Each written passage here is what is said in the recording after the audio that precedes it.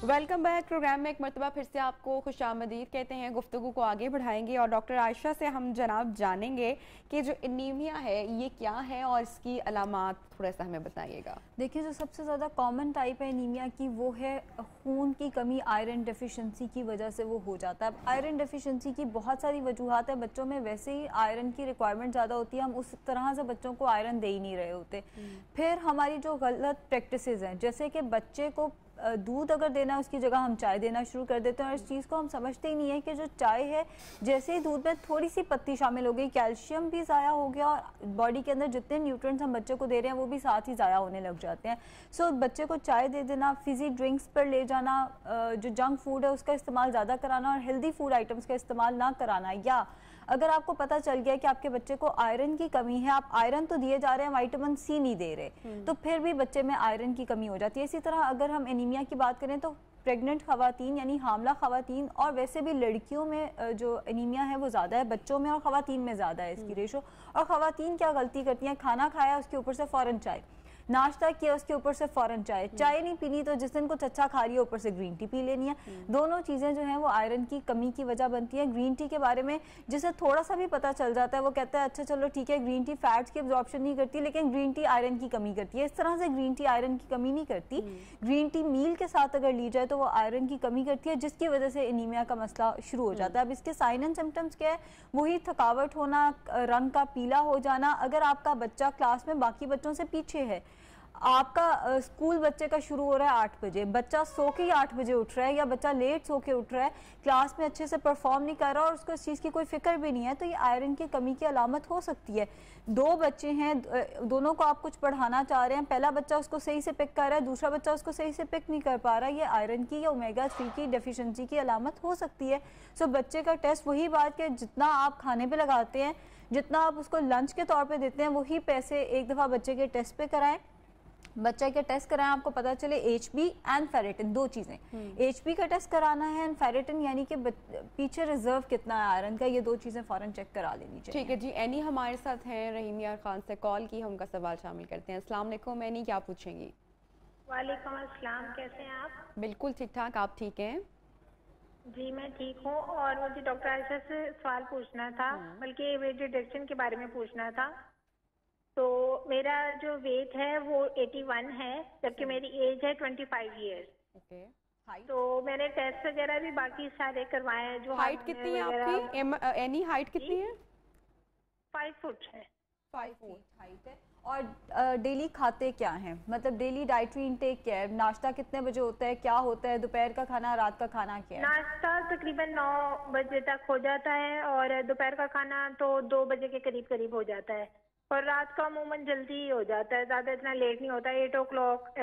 क्या लेती हो नाश्ते में, खाने में, क्या प्रॉपर क्या मील किस तरह से होती है? डाइट वैसे जंक फूड वगैरह इतना नहीं है, आमतौर पे कभी कभार ले लिया, लेकिन जो चीज खाती हूँ वो ज्यादा इंटेक वगैरह कर लेती हूँ। मतलब कि अगर बिरयानी भी है यूज किया या अगर सालन भी यूज किया तो ज्यादा क्वांटिटी यूज कर लेते हैं। ये है एक मेरा फॉल्ट।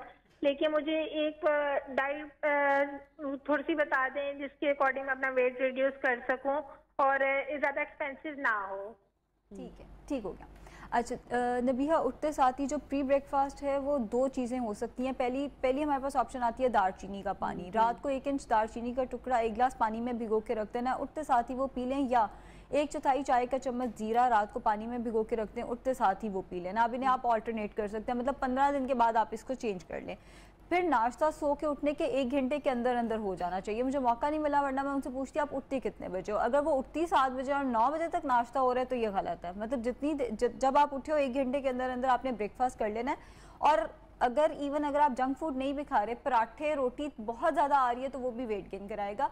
नाश्ता यानी कि अगर 3 टाइम पराठा चल रहा है या रोटी चल रही है, 3 टाइम रोटी चल रही है तो वो भी वेट गेन कराएगी। हाँ, बिल्कुल। और यूजुअली लोग अगर 1 से ज्यादा रोटी हो रही है, 1.5 हो रही है या 2 हो रही है, दैट मींस के वो उनकी हाइट 5 फीट है, जिसका मतलब है उनकी रिक्वायरमेंट निस्बतन कम है। उनका आइडियल बॉडी वेट 45 kg बनता है। वो अपने वेट से डबल है।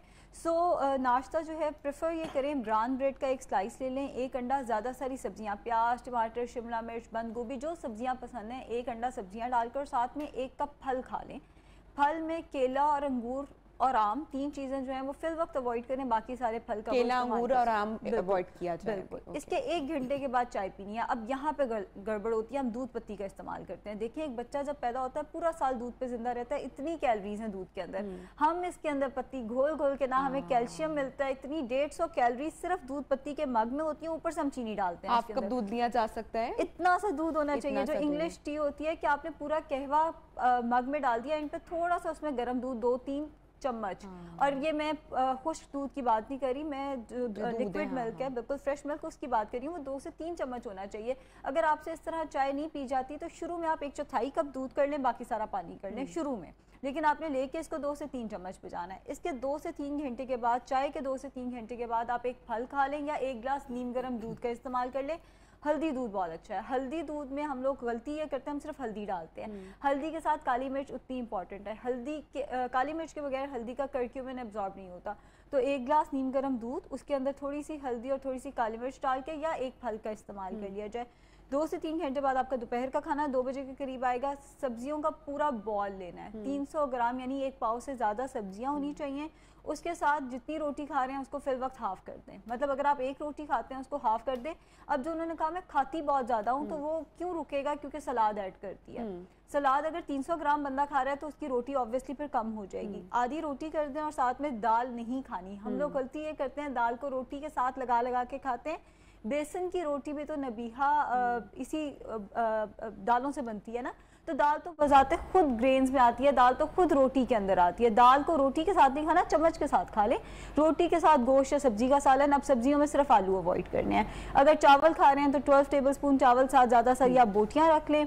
और रायते का इस्तेमाल आपने इस तरह मील के साथ नहीं करना, उसको स्नैक में लेके जाएं। फिर शाम को 4 से 5 बजे रायता या फल इस्तेमाल कर लें। रात का खाना दोपहर के खाने की तरह, यानी रोटी चावल, रोटी है तो उसको हाफ कर दें, चावल हैं तो उसको 12 टेबलस्पून रखें। दाल अगर खानी है चम्मच से आएगी।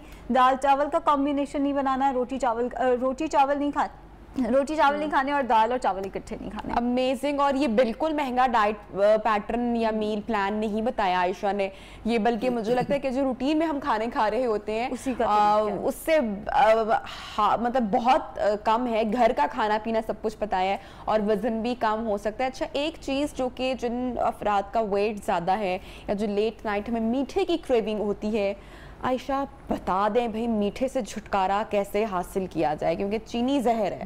बिल्कुल। देखिए मीठे की कमी को हम ये नहीं समझते कि क्रोमियम की डेफिशिएंसी की अलामत हो सकती है। जैसे नबीहा हमने आयरन की डेफिशिएंसी की बात की, हम कैल्शियम की डेफिशिएंसी पे पूरे एड्स चलाते हैं, लेकिन हम लोग नहीं समझते कि क्रोमियम की डेफिशिएंसी की वजह से मीठे की डेफिशिएंसी क्यों होती है। अगर आपकी डाइट में क्रोमियम कम है, शक्कर क्रोमियम का नेचुरल सोर्स है। अगर आपको मीठे की बहुत ज़्यादा क्रेविंग होती है, रात में आप 1 गिलास दूध नीम गर्म करें और उसके अंदर 1 चाय का चम्मच शक्कर डाल के रोज सोने से पहले तकरीबन 2 घंटे पहले इसको पी के सोएं। क्रोमियम डेफिशिएंसी का नेचुरल फूड में भी हमें किससे मिलेगा ये क्रोमियम? हमें डार्क चॉकलेट में मिल जाता है और शक्कर इसका बहुत अच्छा सोर्स है। गन्ने में होता है, गन्ने में होता है नेचुरल जो हमारे पास शक्कर बाजार में मिलती है उसमें क्रोमियम होता है। बिल्कुल ऐसे ही। और आप इसके सप्लीमेंट्स भी ले सकते हैं। कुछ लोग कहते हैं कि भाई हमें डिप्रेशन होता है तो हम मीठा खा लेते हैं, हमें मीठे की इतनी क्रेविंग होती है कि हम हाफ ऑफ केक, मतलब मैंने अपने कुछ रिलेटिव्स या फ्रेंड्स में देखा है जो हाफ केक खा लिया। कोल्ड ड्रिंक्स का इस्तेमाल करना, चीनी का इस्तेमाल बेतहाशा करना, मीठा बहुत लेना मुख्तलिफ चीज़ों में। इससे कैसे बच सकते हैं?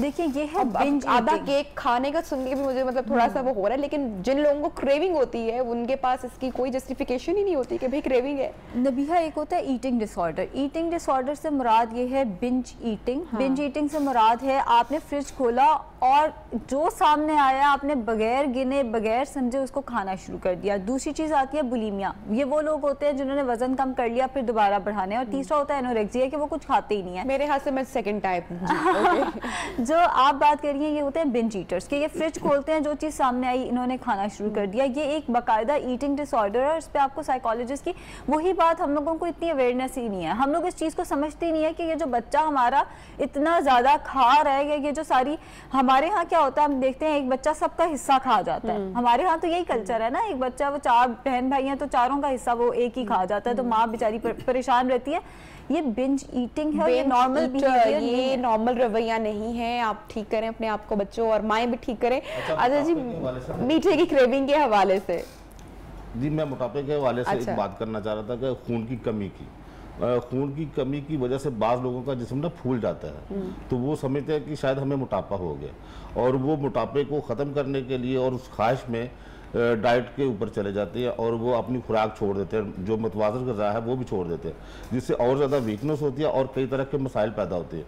जैसे भी डॉक्टर साहब बता रही थी कि हमें वो खून पैदा करने के लिए ग़िज़ाएँ इस्तेमाल करनी चाहिए और अपनी मतवाज़न ग़िज़ा, जैसे उन्होंने बहुत अच्छा डाइट चार्ट बयान किया, और इसमें अगर हम खजूर का इजाफा कर ले या अंडे का इसको में इजाफा कर ले, अंडा, खजूर और दूध, ये 3 चीज़ें ऐसी हैं जो बेहतरीन और सेहत दोस्त खून पैदा करने का सबब बनती है। जिनको खून की कमी है, जिनको खासकर खून की कमी ये है बड़ा और जबरदस्त हो जिस्म फूला हुआ गया। है। जो प्रेग्नेंट खवातीन होती हैं उनमें खून की कमी बहुत ज़्यादा देखी जाती है, तो बड़ा ज़बरदस्त एक वो क्विक रेसिपी भी बताई है। अंडा, दूध और खजूर जो है वो खून पैदा करने में मददगार साबित होता है। ब्रेक पे जा रहे हैं, जब ब्रेक से वापस आएंगे तो जिस्म में जो बिला वजह की थकावट रहती है, पैरों में दर्द हो जाना, पैरों का सुन हो जाना, आंखों का गर्म हो जाना, जिस्म में थकावट का महसूस होना, इस पर बात करेंगे एक छोटी सी ब्रेक के बाद। Stay with us.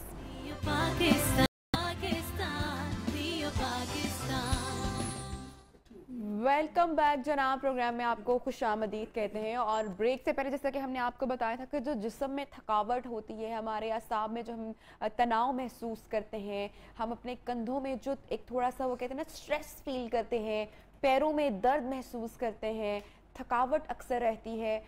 सलीमी साहब, एक तो ये मुख्तलिफ एज ग्रुप के हिसाब से, जेंडर के हिसाब से इसे मुख्तलिफ हवाले से देखना पड़ेगा। मैं जो पिछली हमारी बात चल रही थी आयरन डेफिशिएंसी से, अगर मैं उसको आगे बढ़ाऊं तो रशाशा बच्चों में, छोटे बच्चे कहते हैं हमारी टांगों में बहुत दर्द हो रही है। जो बच्चे आयरन डेफिशिएंट होते हैं उनमें ये भी एक बॉडी सिम्टम है कि वो थके थके होते हैं और उनकी टांगों में दर्द होती है। वो अपनी माँओं से कहते हैं मम्मा मुझे दबा दें थोड़ा सा, और दबाते हैं तो वो फिर थोड़ा सुकून फील करते हैं और सोते हैं। ऐसे बच्चे आयरन डेफिशिएंट भी होते हैं, और साथ साथ जिनमें अक्सर थके थके रहना और मौसम की तब्दीली के असरात से मुतासर हो जाना और हेल्दी ना रहना, विटामिन डी का बहुत बड़ा रोल है इसमें। विटामिन डी डेफिशिएंसी, मैं सोच रहा था कुछ अर्सा कबल मैं अपने मैगजीन में कोई 15-20 साल पहले की अगर बात करूं तो विटामिन डी पे मजमून लगाते हुए मुझे लगता था कि ये पाकिस्तान में विटामिन डी की डेफिशिएंसी हो सकती है। मैंने एक इंटरनेशनल एक आर्टिकल ट्रांसलेट किया था, उस वक्त इसका इतना मसला नज़र नहीं आ रहा था, मगर अब जैसे ही अर्बनाइजेशन ने बहुत ज़्यादा यहाँ पे किया, पड़ाव किया पाकिस्तान में, सारे देहात के लोग शहर में आना शुरू हो गए, शहरी आबादी बढ़ गई और लोग फिर डायरेक्ट सन एक्सपोजर ख़त्म होना शुरू हो गया। अब हम या बच्चे स्कूल में होते हैं या घर में होते हैं या ट्यूशन में होते हैं, उन बेचारों को धूप का पता ही नहीं है कब निकलती है। वो लोग थके थके रहेंगे, उनमें मुख्तलिफ ज़ुकाम रहेगा, उनमें दर्द रहेगा, टांगों में खिंचाव रहेगा। और फिर दूसरा वो लोग जो दफ्तर में काम करने वाले लोग हैं, कंप्यूटर पे बैठे रहते हैं हर वक्त, उनमें ये स्ट्रेस रहेगा, गर्दन में, कंधों में। विटामिन बी भी एक न्यूट्रिएंट में है, जिनकी विटामिन बी डेफिशिएंसी होती है, उनमें भी खिंचाव, कमज़ोरी और पट्टे दर्द करते महसूस होते हैं। न्यूट्रिशनल डेफिशिएंसी, और जो हम पहले एक बात कर रहे थे, ये मोटापे की हम बात कर रहे थे ना, हमने डाइट तो डिस्कस की मगर एक्सरसाइज डिस्कस नहीं की है। वो ख़वातीन जो शायद ये भी सुनने में आया हमें जब हमारे पास पेशेंट्स भी आते हैं कि जी हम खाता तो बहुत कम है मगर पता नहीं लगता बहुत ज़्यादा है, हम मोटे होते जा रहे हैं। उनकी जब हम सारा लाइफस्टाइल देखते हैं तो वो उनकी मूवमेंट सिर्फ किचन और कमरे के साथ है, भाई इतनी है। रात को ख़ास तौर पर मैंने जो देखा है अनहेल्दी एटीट्यूड है कि वहीं खाए और वहीं बैठे बैठे। मैं रिसेंटली कल सानिया मिर्ज़ा टेनिस प्लेयर, उनकी ट्वीट या कोई उनका आर्टिकल मैंने देखा, मैंने पूरा रीड किया आर्टिकल, तो उसमें वो बताती हैं कि ड्यूरिंग प्रेगनेंसी और आफ्टर उसके बाद उन्होंने तकरीबन 23 kg वेट गेन किया, यानी कि 23 किलो वज़न बढ़ाया। जो टेनिस प्लेयर है सानिया मिर्ज़ा, उन्होंने, और वो बाद में लिखती हैं कि मैंने उसके बाद 25 kg वज़न गिरा दिए अभी जो रिसेंट जिस वेट पे है। और फिर वो कहती हैं अगर मैं अपना वजन गिरा सकती हूँ तो कोई भी खातून अपना वजन गिरा सकती है। आपने कभी सोचा है कि इतनी इतनी जो एक्ट्रेसेस होती हैं, हॉलीवुड की हो गई, कहीं की भी हो गई, हमारी पाकिस्तानी एक्ट्रेसेस हो गई, टीवी के लोग, क्योंकि वो उनके अवेयरनेस आ जाती है बेसिकली, वो अपना डाइट पैटर्न चेंज कर लेते हैं, वो अपना एक्सरसाइज टाइम बढ़ा देते हैं। तो सानिया मिर्ज़ा भी उस आर्टिकल में कहती हैं कि मैं 1 से 1.5 घंटा डेली अपने आप को देती हूँ, मैं एक्सरसाइज करती हूँ। अब जिस तरह हमारी बड़ी प्यारी बहन ने भी कॉल की, जिन्होंने बताया कि मैं बिरयानी ज़्यादा खा लेती हूँ, या जिनका 81 kg वेट था, तो हम एक्सरसाइज की कभी बात नहीं करते हैं, हम हमेशा कहते हैं कि हम खाने से ही कम हो जाएं, तो ऐसा थोड़ी सी मेहनत दरकार होती है। अच्छा जी, कॉलर हमारे साथ मौजूद हैं, कौन है जी, नाम बताइएगा। हेलो, अस्सलाम वालेकुम कौसर। वालेकुम अस्सलाम जी, कैसी हैं आप, ठीक ठाक हैं? जी अल्हम्दुलिल्लाह ठीक ठाक। कौसर, क्या पूछना चाहेंगी? जी वो फेस पे दाने हो जाते हैं और फिर दाग नहीं जाते और स्याइयां का मसला है। ज्यादा चिकनाई वाली ग़िज़ाएं का तो नहीं आप इस्तेमाल करती? जी किसका? चिकनाई वाली ग़िज़ाओं का? नहीं नहीं, अच्छा, थोड़ी हुई है आपको। मीठी चीज़ें ज़्यादा पसंद करती हैं, चिकनाई वाली, मीठी और इस तरह की, और मुख्तलिफ क्रीम या कॉस्मेटिक्स भी इस्तेमाल करती रहती हैं? जी नहीं नहीं। ओके, चलें ठीक है। आपको कौसर, हाँ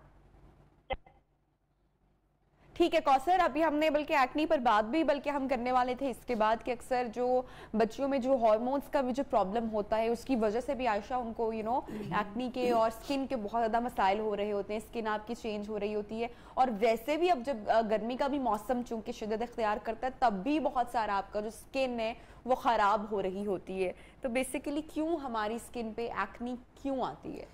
सबसे पहली तो इसकी वजह आती है डर्मेटोलॉजिकल, कोई रीज़न हो सकती है, आपने कोई इन्फेक्शन कहीं से आ गया है जिसकी वजह से आपको एक्नी ब्रेकआउट हो गया है, या आपने कहीं से फेशियल कराया, कुछ ऐसा हुआ डर्मेटोलॉजिकल रीज़न, सबसे बड़ी जो आती है वो ये आती है। दूसरा आता है हमारी डाइट। अब डाइट में जैसे अभी सर ने भी कहा कि अगर मिठाई या मीठी चीज़ों का इस्तेमाल, हाई ग्लाइसेमिक इंडेक्स, यानी कि मीठी चीज़ जितनी आप खाएंगे उतने एक्नी के चांसेस जो हैं वो ज़्यादा हैं। फिर कुछ चीज़ें होती हैं जो इन्फ्लेमेशन कॉज करती हैं, जैसे दूध की वजह से एक्नी ब्रेकआउट हो सकता है। अगर आप डेयरी का इस्तेमाल ज़्यादा करते हैं, डेयरी हर एक को सूट नहीं करती, तो वो एक्नी ब्रेकआउट इन्फ्लेमेशन की वजह बनती है, बॉडी के अंदर सोजिश थोड़ी सी बढ़ा देती है जिसकी वजह से एक्नी ब्रेकआउट जो है वो कुछ लोगों में हो जाता है। अब आखिरी बात जो आपने बिल्कुल सही कही कि हार्मोनल इम्बैलेंस बहुत ज़्यादा बढ़ता जा रहा है, और उसकी वजह भी वही बात, हमारा लाइफस्टाइल। पहले हमारी लाइफस्टाइल में इतना जंक फूड नहीं था, फिजिकल एक्टिविटी ज़्यादा थी। मैंने आपके शो में एक दफ़ा पहले डिस्कस किया था कि हमारे बचपन में हम लोग पार्क्स में जाया करते होते थे, हमारी फिजिकल एक्टिविटी होती थी। अब सब कुछ खाने के इर्द गिर्द है, अच्छे नंबर आ गए तो खाना खा लो, बुरे नंबर आ गए रो धो के फिर खाना खा लो, बाहर का खाना, लड़ाई हो गई है, सुलह करनी है मियाँ बीवी ने आपस में, चलो खाना खाने चले जाते हैं, सब कुछ जो है वो खाने के इर्द गिर्द हो गया, जिसकी वजह से बाहर का खाने का रुझान जो है वो बहुत ज़्यादा बढ़ गया है। फिर कुछ हमारी अफोर्डेबिलिटी, हम जितना मर्जी रोते रहे हम नहीं अफोर्ड करते। 30 रुपए का शॉर्मा हर कोई अफोर्ड करता है, आते जाते 30 रुपए का शॉर्मा हम खरीद के खा लेते हैं, बर्गर खा लेते हैं, जिसकी वजह से वजन बढ़ता है और हार्मोनल इम्बैलेंस जो है वो बढ़ जाते हैं। ठीक है, जिसकी वजह से ज़ाहिर आपकी स्किन पे हार्मोनल इम्बैलेंस का सबसे पहला साइन है हेयर फॉल, आपका शुरू हो जाएगा। आपके जो स्किन है इस पे काले धब्बे, जैसे उन्होंने कहा छाइयाँ, और यहाँ पे काले निशान जो हैं वो पड़ना शुरू हो जाते हैं। और फिर आता है फेशियल हेयर ग्रोथ, आपके चेहरे पे बाल जो हैं वो नुमाया होना शुरू हो जाते हैं, जिसका फिर ज़ाहिर है कोई ख़ास सोल्यूशन भी नहीं हो सकता। सो इस सारे का जो ट्रीटमेंट है वो सबसे पहले तो ये है कि हल्दी, अलसी, अजवाइन, 3 चीज़ें शुरू कर दी जाए। हल्दी जो है वो दूध में डाल के लेनी है, सही, जैसे मैंने पहले बताया कि काली मिर्च और हल्दी जो है वो दूध में डाल के ली जाए, और खाने में हल्दी का इस्तेमाल जो है वो बढ़ा दिया जाए। अलसी जो है वो दादर करके लेनी है, दादर से मुराद ये मोटा मोटा कूट के सलाद के ऊपर, सालन के ऊपर 1/4 चाय का चम्मच दोपहर के खाने के साथ या रात के खाने के साथ ले लिया जाए, और जिस टाइम पे इसको दादर किया है अगले 20 मिनट के अंदर अंदर इसको खा लेना है। इसमें वोलाटाइल ऑयल है वो हवा में उड़ जाएगा सारा। तीसरी चीज़ आती है अजवाइन, 1 चुटकी अजवाइन आप चाय में डालकर ले सकते हैं, 1 चुटकी अजवाइन आप खाने में डाल के ले सकते हैं। सबसे अच्छी चीज़ है आप खाने में डाल कर ले लें, या आप रात को उसको भिगो के रख लें और सुबह उठते साथ ही एम्प्टी स्टमक उसका इस्तेमाल कर लें। अमेजिंग। एक कॉलर थे हमारे साथ, तो अपना नाम नहीं शायद शेयर करना चाह रहे, वो कह रहे हैं कि जो पेट के उनका मसाइल है, पेट का हमने पूरा सेगमेंट भी पहले किया, वो कह रहे हैं उनको गैस का बहुत ज़्यादा इशू रहता है, तो मैं चाहूँगी हकीम साहब आप थोड़ा उसके ऊपर ज़रा बताइएगा। जी, ये जो गैस का भावना ना उनके लिए, जब पेट दर्द का या कुछ स्वेलिंग, अभी थोड़ी देर पहले कॉल आई थी कि वो कह रहे थे कि मेरे पेट के ऊपर ये जो मैदे का मकाम है मुंह का, यहाँ पर बोझ महसूस होता है, ये बेसिकली बदहज़मी की चीज़ें हैं। तो उसके लिए फिर अगेन वही बात आ जाती है कि खाना जो है वो छोटे लुक में खाया जाए, भूख रख के खाया जाए, और जो चीज़ें अभी जैसे डॉक्टर साहब और सलीमी साहब बता रहे थे कि बाज़ारी खाने, फास्ट फूड और कोला मशरूबात और ख़ाली मैदे को चाय देना, इस तरह की चीज़ों से अवॉइड किया जाए। ठीक। और इसके लिए जो अगर हम रेसिपी में जाएं तो इसमें सौंफ और अजवाइन, इसका अगर हम पानी पिएं तो ये तबखीर मैदा के लिए बेहतरीन चीज़ है। और ठीक ये है। इसका कॉलर है जी, एक और कॉलर ने हमें कॉल की है, सियालकोट से मेरी हम नाम ने कॉल की है, नबीहा इनका नाम है, तो चलें जी इनसे जरा गुफ्तगू करते हैं। अस्सलाम वालेकुम नबीहा। वालेकुम सलाम। जी कैसे मिजाज हैं आपके, ठीक है? जी ठीक है। क्या पूछना चाहेंगे, क्या कहना चाहेंगे? आंखों में खारिश होती है। आंखों में खारिश होती है, अच्छा। और कुछ नहीं। और कुछ नहीं, बस चलें जी ठीक है। ब्रेक पे जा रहे हैं गालिबन, तो मेरे ख्याल से या भी जवाब ले लेते हैं ब्रेक से बाद। ब्रेक पे जाते हैं, जब ब्रेक से वापस आते हैं तो आंखों से जो मुतल्लिक या जो रिलेटेड बीमारियां, डिजीजेस हैं, उन पर भी बात करेंगे। एक छोटी सी ब्रेक के बाद हमारे साथ रहिएगा।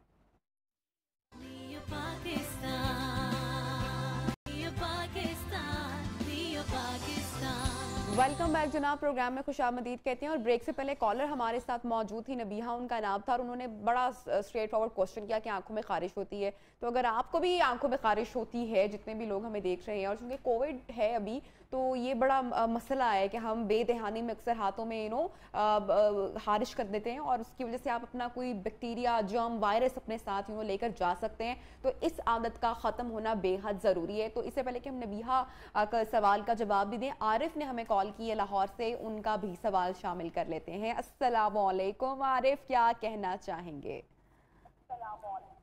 वालेकुम सलाम। मेरे पाँव की तलियां जलती हैं, उसके बारे में पूछना। अच्छा जी, चलें ठीक है, हम आपको बताते हैं इसका। जी इसमें जो आंखों में जलन है, इसका मुख्तलिफ हवाले से देखना। बच्चे खेलते खेलते हाथ आंखों में लगाना शुरू कर देते हैं, बड़ों को भी ये मामलात हैं, और वो बाहर से आए हैं गाड़ी ड्राइव करके, मोटरसाइकिल चला के, तो वैसे ही आंखें यूँ मलना शुरू कर देते हैं। और इसके अलावा एलर्जी भी एक वजह है। जिनके लोगों के मुस्तकिल खारिश रहती है आंखों में, उनको एलर्जी भी हो सकती है। बाज़ लोगों को जिनको बालों में या सर में खुश्की जिसे कहते हैं, बफ़ा कहते हैं, या वो सिकरी होती है, उसकी वजह से भी आंखों में खारिश हो सकती है। तो पहले तो असल वजह जाननी चाहिए।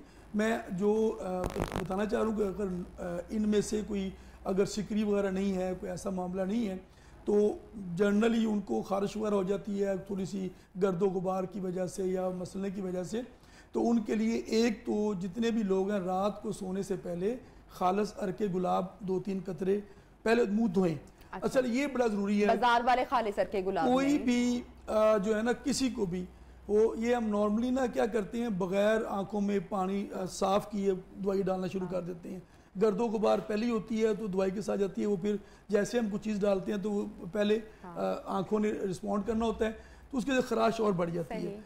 मेरी तलकीन ये है कि पहले धो लिया करें, छिंटा मारें, उसके बाद साफ करके तो आंखों में 2-3 कतरे रख के गुलाब डालें।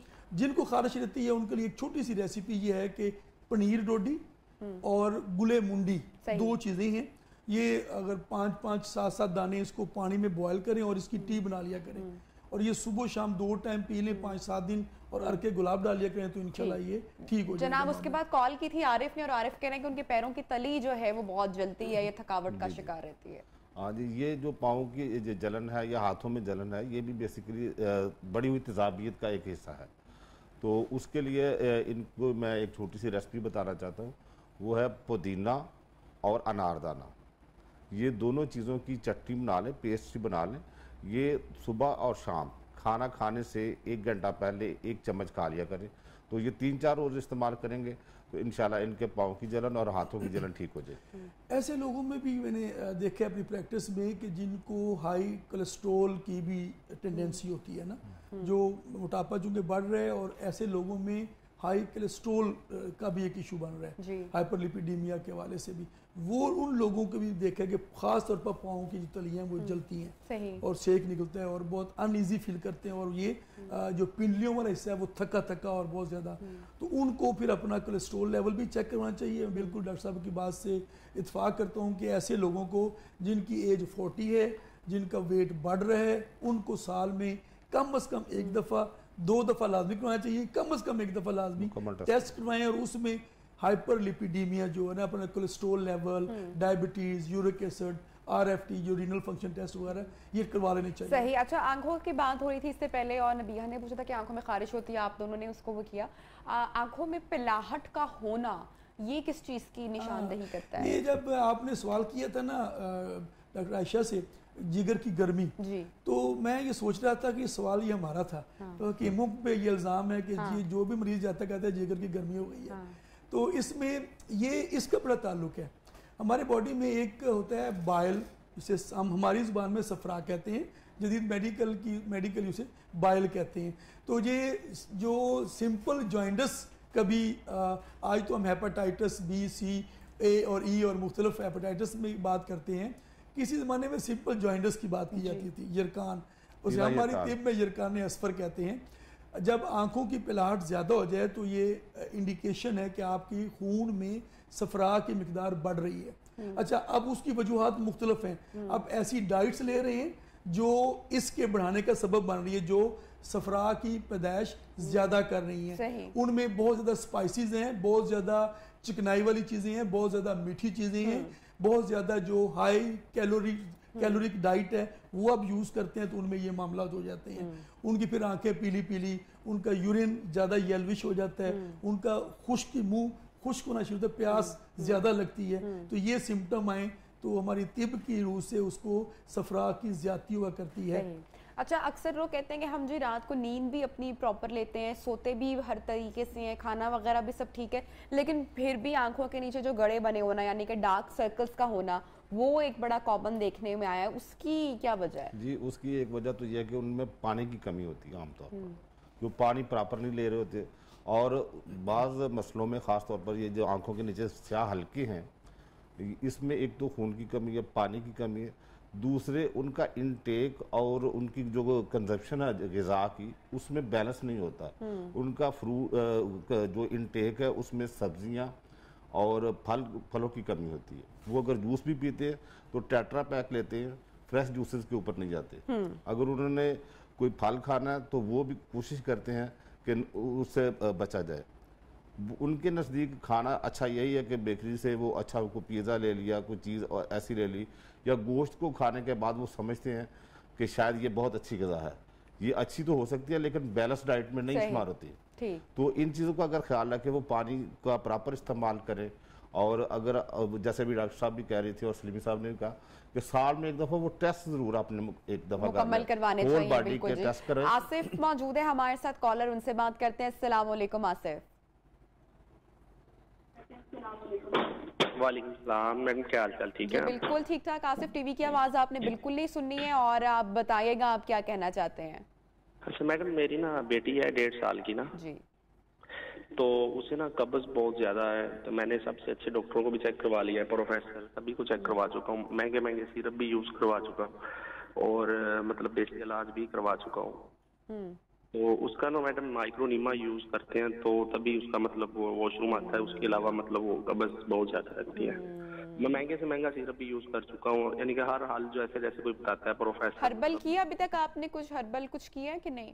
जी जी मैडम, मैंने बादाम रोगन भी दिया है दूध में डाल के, उसके अलावा देसी घी भी दिया है दूध में डालकर, कैस्टर ऑयल भी दिया है, यानी कि सभी मतलब हल कर चुका हूँ ना। अच्छा, और खाती पीती ठीक है? क्या खाती पीती है? डॉक्टर आयशा, मैं चाहूंगी अगर आप भी पूछें कुछ। बच्ची की थोड़ी सी डाइट बता दीजिए। एंड प्रोबायोटिक्स दिए आपने कभी उसको? प्रोबायोटिक्स के साशे होते हैं, साशे या टैबलेट्स की फॉर्म में बच्चे को कभी प्रोबायोटिक्स दिए हो आपने? नहीं मैडम, इस तरह का कभी किसी ने कोई गाइड नहीं किया ना बताया। सिरप वगैरह मतलब एक्सोब्रोन हो गया, मतलब बुफल है, ये वो इस तरह के और भी सिरप काफी ड्रॉप्स वगैरह। तो लेकिन ये परमानेंट हल नहीं है, ड्यूफेलेक वगैरह सिरप तो परमानेंट हल नहीं है। खिलाते क्या हैं बच्ची? डाइट क्या है बच्ची की? डाइट जैसे मैडम डॉक्टर साहब बताते हैं फिर वैसे ही मतलब वो ट्रीटमेंट करना पड़ती है ना। नहीं, यूजुअली क्या खाती पीती है? बच्ची को नाश्ते में क्या दूध पीती है मैडम, वो भी मतलब गाय का भैंस का मतलब मदर फीड नहीं करती। अच्छा, सिर्फ दूध? तो इस 1.5 साल उम्र है? 1.5 साल है ना? तो सॉलिड पे क्यों नहीं है? खाना क्यों नहीं खाती अभी तक बच्ची? बस मैडम कोई थोड़ी बहुत रोटी मतलब दे दें तो टुकड़ा तोड़ के उसे, या कोई मतलब एक आधा दे दें तो वो चबा वगैरह लेती है।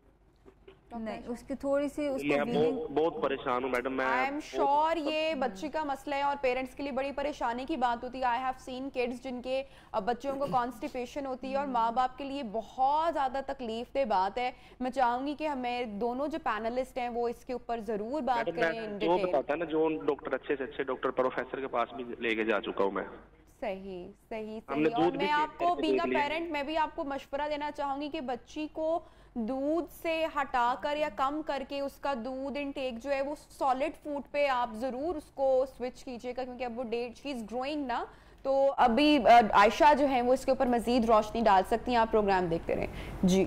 सबसे पहले तो solid food solid food is very हाँ बिल्कुल, खाना खाए बच्ची, हाँ खाना 1.5 साल की बच्ची हो गई है, हाँ। वो रोटी का सिर्फ एक नवाला खा रही है, तो सबसे बड़ा और फैक्टर तो शायद यहीं जा हमारे रहा है। कॉलर जो आसिफ ने हमें कॉल की है उनके नॉलेज में ये बात होगी कि दूध अगर बच्ची 1.5 साल की उम्र तक सिर्फ दूध पे है तो कॉज कॉन्स्टिपेशन क्या कर रहा है? दूध ही कॉन्स्टिपेशन दूध तो कॉन्स्टिपेशन की बड़ी वजह बन जाता है कई केसेस में। अगर बहरहाल अगर आप उसको दूध दे रहे हैं तो उसको पहले तो नीम गर्म करके दें। सबसे पहली चीज तो ये शुरू करें कि दूध आप उसको नीम गर्म करके दें, ताकि वो थोड़ा सा जो है वो सर्कुलेशन को, ब्लड सर्कुलेशन को भी बेहतर करे और थोड़ा सा कॉन्स्टिपेशन को भी बेहतर करे। बहरहाल सिर्फ दूध पे नहीं रखना आप बच्चे को। एक तो ये कि उसके सॉलिड फूड जिसके अंदर रोटी सबसे ज्यादा जरूरी है, चावल मत दें अभी। हाँ अभी चावल नहीं देने। ब्रेड जो है ब्राउन ब्रेड वो बहुत ज्यादा जरूरी है।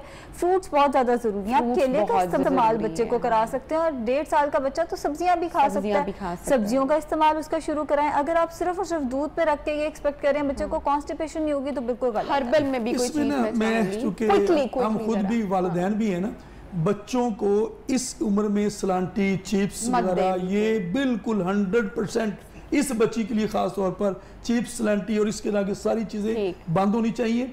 और इस बच्ची को अंजीर फिग जैम मिलता है बाजार से, सही। और जो ब्रेड देने ब्रांड ब्रेड पे जैम जबरदस्ती दें बच्चे को, फिग जैम लगा के खिलाएं, फिग जैम दे, फिग जैम दे, इससे इंशाल्लाह बड़ा फर्क पड़ेगा। मैं समझ चुकी हूँ जो आसिफ ने कॉल की, उनका कहना है बच्चा कुछ आई एम श्योर नहीं ले रहा होगा, लेकिन जबरदस्ती पकड़ के खिलाएं आप, और इंशाल्लाह जो हमारे पेरेंट्स ने बताया बात जरूर करें। सालेहा ने कॉल की है जी हमें। अस्सलाम वालेकुम सालेहा। वालेकुम सलाम जी सालिया, क्या कहना चाहेंगी? बच्चा है हमारा 2 साल का जी, 6 महीने हो गए, नजला जुकाम नहीं हट रहा है और खांसी भी। अच्छा ठीक है, नजला जुकाम और खांसी नहीं जाता? हाँ जी, और मेरे कब्ज बहुत रहती है मुझे आप खुद। ठीक है ठीक है, आप साले प्रोग्राम देखते रहिए, आपको बताते हैं जी। बच्चे जो नॉर्मली जिनकी इम्यूनिटी बहुत डाउन होती है, और विटामिन डी हम पहले डिस्कस भी कर रहे थे, जिन बच्चों में विटामिन डी डेफिशिएंसी होती है वो सालों उनका जुकाम ठीक नहीं होता। तो ये एक तो ये थोड़ा सन एक्सपोजर शुरू करें, बच्चा भी है, ग्रोइंग एज है, और इस एज में उनका सन एक्सपोजर बहुत ज़रूरी है। हम बच्चों को ना काला ना हो जाए, रंग ख़राब ना हो जाए, उस चक्कर में धूप में बिल्कुल ही नहीं खेलने देते हैं। तो इनके लिए ज़रूरी है कि बच्चे को सन एक्सपोजर दें, और ऑलिव ऑयल जो है ना ये थोड़ा सा इस्तेमाल करवाने की आदत डालें, ताकि उनको जो ऑलिव ऑयल से भी विटामिन डी का एक सोर्स है। और जो मेडिसिन के हवाले से अगर बात करें तो सिंपल इनको मुलट्ठी ये है वो लें, और उसको पानी में बॉयल करें और शहद मिलाकर 1 से 2 ग्राम मुलट्ठी, और उसके ऊपर से छिलका उतार लेना है, और वो 1 से 2 ग्राम पानी में बॉयल करना है, आधा कप पानी में, और उसमें शहद थोड़ा सा मिलाकर सुबह दोपहर शाम इसको बच्चों को पिलाएं। ठीक हो गया। अच्छा जी आयशा, अब हमने स्लीप पैटर्न की बात नहीं की, मैं चाहूंगी क्विकली हम उस पर रूटीन की भी एक बात करें और फिर प्रोग्राम को क्लोज करते हैं। देखिए, अगर आपकी नींद पूरी नहीं हो रही या आपका स्लीप पैटर्न ठीक नहीं है, 2 हमारे हार्मोन्स हैं ग्रेलिन एंड लेप्टिन, इनका इम्बैलेंस हो जाता है। अब जब इनका इम्बैलेंस होता है, भूख जरूरत से ज़्यादा लगती है, जिसकी वजह से आप जरूरत से ज़्यादा खाएंगे। इसके अलावा जो हमारा स्लीप हार्मोन है वो भी सही से काम नहीं कर पाता। एक हार्मोन खराब होने की देर है, सारे हार्मोन्स का जो एक साइकिल है, जो एक बैलेंस है, वो सारा का सारा डिस्टर्ब हो जाएगा, और वहीं से प्रॉब्लम शुरू हो जाएगी। जी सर। जी जी जी आप प्लीज। 6 से 8 घंटे हर एज ग्रुप में जो है ना लाजमी नींद होनी चाहिए। इसके बगैर आप, और खाने पीने की हम बात करते हैं, एक्सरसाइज की बात करने हैं, नींद भी उतनी ही ज़रूरी है। अगर आपने सेहतमंद रहना है तो 6 से 8 घंटे के दरमियान आपकी नींद लाजमी होनी चाहिए। ये बहुत इसमें लाजमी रोल प्ले करती है। जी, तो खाने पीने के हवाले से मैं ये कहना चाहूँगा कि नाश्ता करें बादशाहों की तरह, और दोपहर का खाना खाएं शहजादों की तरह, रात का खाना खाएं फकीरों की तरह। मतलब ये कि सुबह खूब खाएं, नाश्ता अच्छे वाला करें, दोपहर को मुनासिब मिकदार में खाएं और रात को और नेचर के अगेंस्ट जो रूटीन है उसको सबसे पहले आप बेहतर करें। नेचर के अगेंस्ट रूटीन क्या है? रात को जागना, दिन में सोना, रात को खाना, दिन में ना खाना। तो ये बेहतर हो जाएगी, सारी मसले जो है वो खुद ब खुद सॉल्व हो जाएंगे। बहुत सारा अपना ख्याल रखिएगा। अल्लाह हाफिज।